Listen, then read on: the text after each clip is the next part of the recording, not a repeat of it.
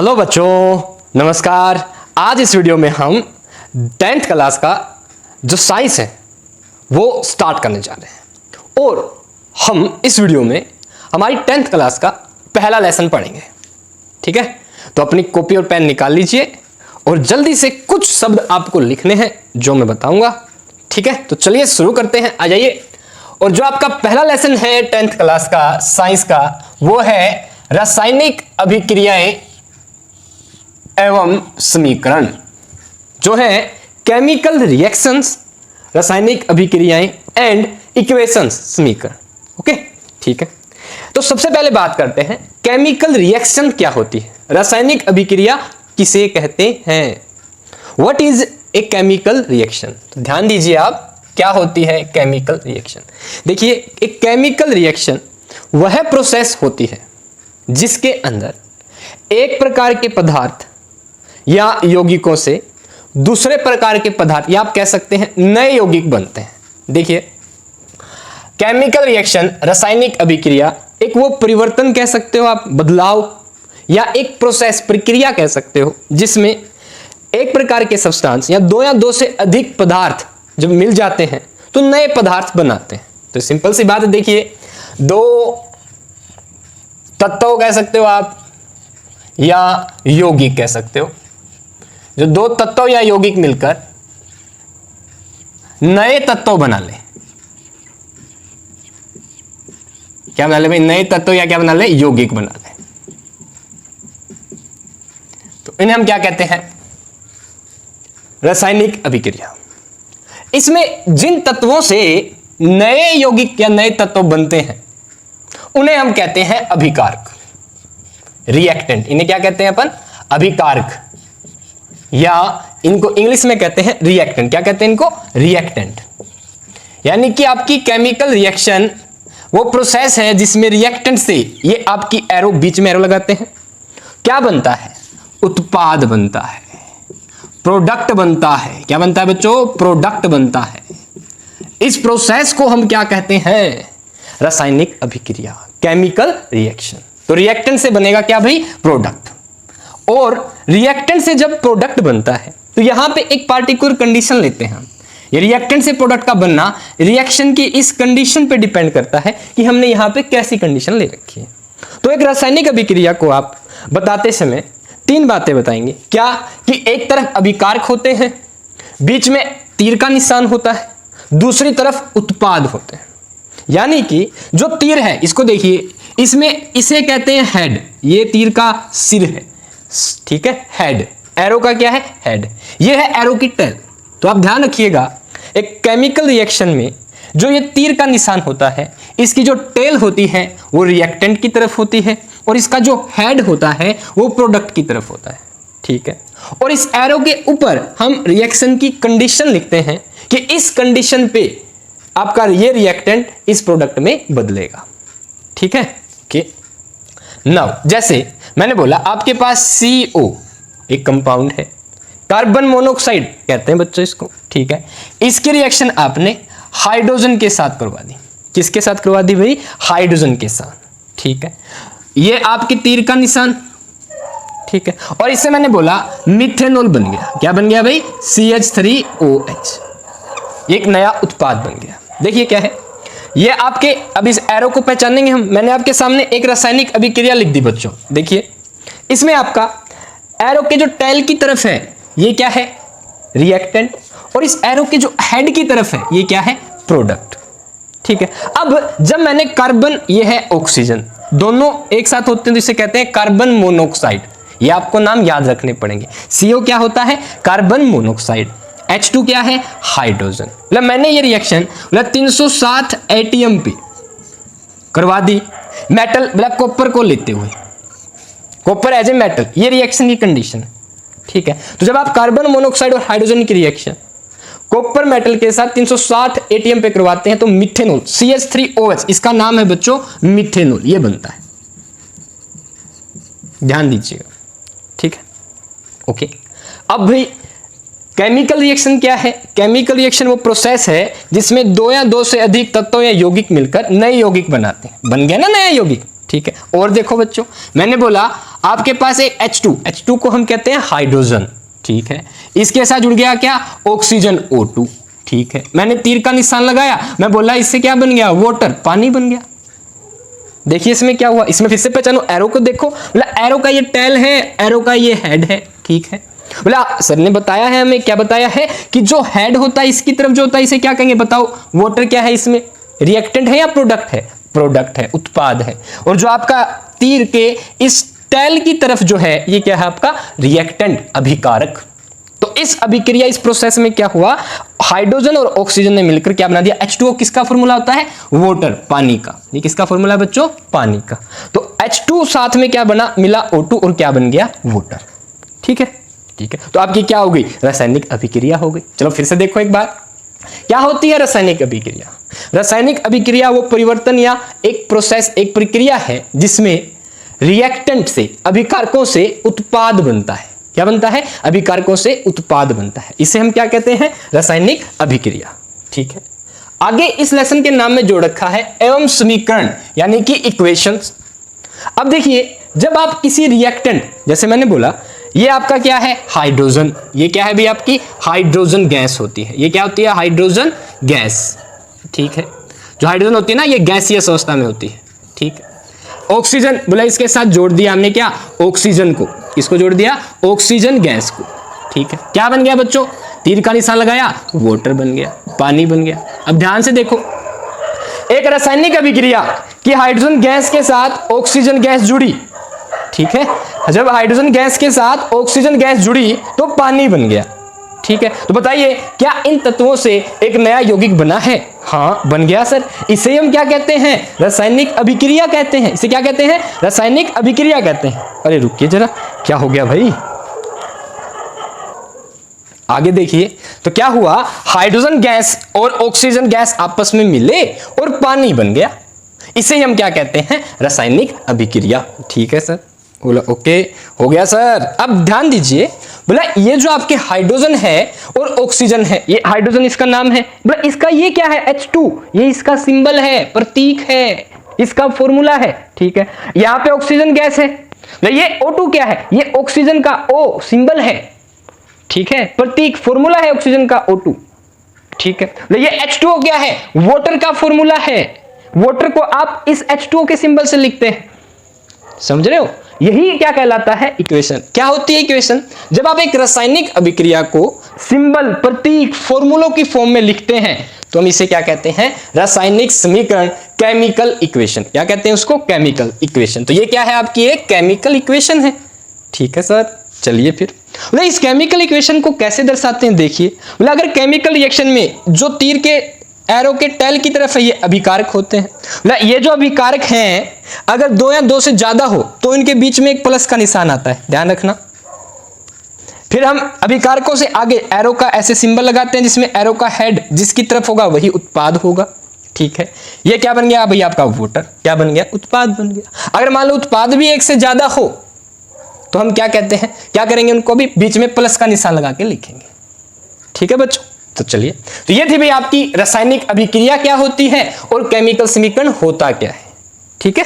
आगे सुनिए, बोला जो अब ये केमिकल समीकरण होता है इसमें हमें अभिकारक और उत्पाद दोनों की तरफ जो एटम्स के नंबर होते हैं वो बराबर करने होते हैं, ठीक है। अब किसी समीकरण में, ये आपका केमिकल इक्वेशन है, रासायनिक समीकरण है, इसमें अभिकारक और उत्पाद की तरफ नंबर ऑफ एटम्स जिसके भी हैं वो क्या होने चाहिए, बराबर होने चाहिए। मतलब कैसे कह रहे हो सर, देखिए यहाँ पे मतलब हाइड्रोजन का, यहाँ एक हाइड्रोजन का एक एटम H से लिखा जाता है, अगर इसके दो एटम हो तो इसको H2 से लिख देते हैं, ठीक है बच्चों।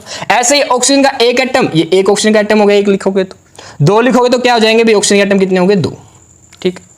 अब ये बताइए हाइड्रोजन की तरफ कितने एटम है, दो, ठीक है। इस तरफ बताइए कितने हैं बच्चों, दो, ठीक है सर। ऑक्सीजन कितने एटम है, यहाँ पे दो लिख रखा है, दो एटम। यहां पे कितने एटम है, एक, न लिखे तो उसका मतलब एक आप लिख दीजिए। तो यहां पे ऑक्सीजन के दो एटम और यहां पे कितने ऑक्सीजन के एक एटम है। इसका मतलब क्या हुआ सर, अभिकारक की तरफ ऑक्सीजन का एक एटम ज्यादा है, उत्पाद की तरफ ऑक्सीजन का एक एटम कम है, ठीक है, इसका क्या मतलब निकला? इसका मतलब सर जो इस तरफ रिएक्टेंट है और इस तरफ जो प्रोडक्ट है उसमें ऑक्सीजन के नंबर बराबर नहीं है। और जब भी रिएक्टेंट और प्रोडक्ट में बराबर नंबर न हो एटम्स के तो वो केमिकल इक्वेशन इक्वल नहीं होती है, संतुलित बैलेंस नहीं होती है।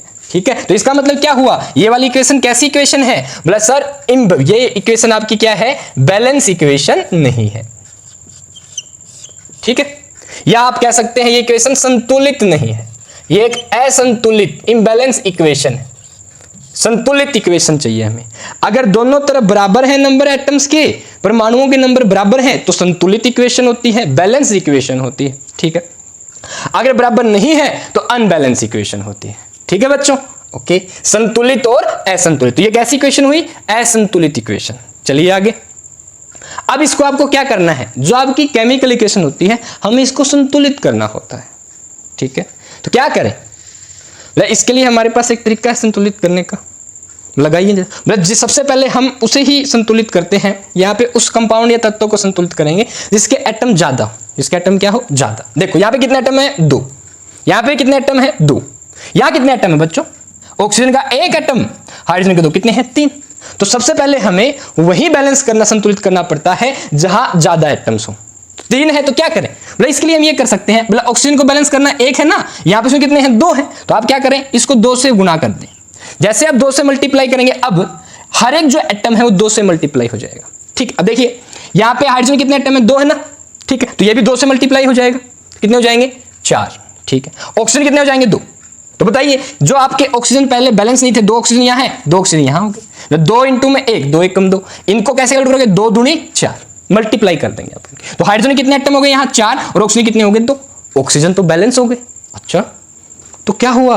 बोले फिर आपके हाइड्रोजन तो क्या सर इम्बैलेंस हो चुके हैं? ये क्या हो गया सर? हाइड्रोजन तो आपके इम्बैलेंस हो गए। चलिए अब इनको बैलेंस करके देखते हैं। बोले क्या होगा? जैसे हाइड्रोजन यहाँ पे कितने हुए? 4, क्या करें? बोले यहाँ पे 2 लिख दें जरा। बोले 2 दूनी 4, 2 2 जा 4। अरे आपके हाइड्रोजन भी बैलेंस हो गए। अब बताइए जरा, यानी इसमें कितने हाइड्रोजन के एटम हो गए? 2 दूनी 4। इसमें ऑक्सीजन कितने एटम हो गए? 2। यहाँ पे बताइए हाइड्रोजन के कितने? 4। यहाँ पे हाइड्रोजन कितने एटम हैं? 4। यहाँ पे ऑक्सीजन कितने एटम हैं? 2। प्रोडक्ट में देखिए कितने हाइड्रोजन के? 4। ऑक्सीजन कितने एटम है भाई? 2। तो बताइए रिएक्टेंट में है 4 हाइड्रोजन 2 ऑक्सीजन, प्रोडक्ट में है 4 हाइड्रोजन 2 ऑक्सीजन। हाँ, अरे सर ये तो रिएक्शन बैलेंस हो गई, यहां पे भी और यहां पे भी। जो आपकी अनबैलेंस इक्वेशन थी पहले, वो अब क्या होगी? बैलेंस। इसे ही कहते हैं रिएक्शन को संतुलित करना, रिएक्शन को बैलेंस करना। यानी हमने क्या किया? पहले आपका हाइड्रोजन और ऑक्सीजन असंतुलित था, अब हमने इसको क्या बना दिया? संतुलित। तो ये था बच्चों आपके चैप्टर का नाम, क्या? रासायनिक अभिक्रियाएं एवं समीकरण। क्या करते हैं हम इसमें? रासायनिक अभिक्रिया होगी जिसमें अभिकारकों से उत्पाद बनेंगे कोई ना कोई कंडीशन पे। ठीक है, अब ये जो अभिकारक है इनको हम प्रतीक, सिंबल, फॉर्मूला की फॉर्म में लिखते हैं। अगर अभिकारक फॉर्मूला की फॉर्म में है तो उत्पाद भी फॉर्मूला की फॉर्म में होंगे। जी होंगे सर। ठीक है, अब आपके अभिकारकों को फॉर्मूला की फॉर्म में लिखना और उत्पादों को, प्रोडक्ट्स को फॉर्मूला की फॉर्म में लिखना ही क्या कहलाता है? केमिकल इक्वेशन कहलाता है। ठीक है बच्चों, तो ऐसे ही अब हम बहुत सारी केमिकल रिएक्शंस, आपकी रासायनिक अभिक्रियाएं और इनकी इक्वेशन देखेंगे। अब मान लो कहीं पे आपको इक्वेशन इम्बैलेंस, अनबैलेंस दिख जाए, या आप कह सकते हो असंतुलित दिख जाए, तो आप उसको संतुलित कर देना।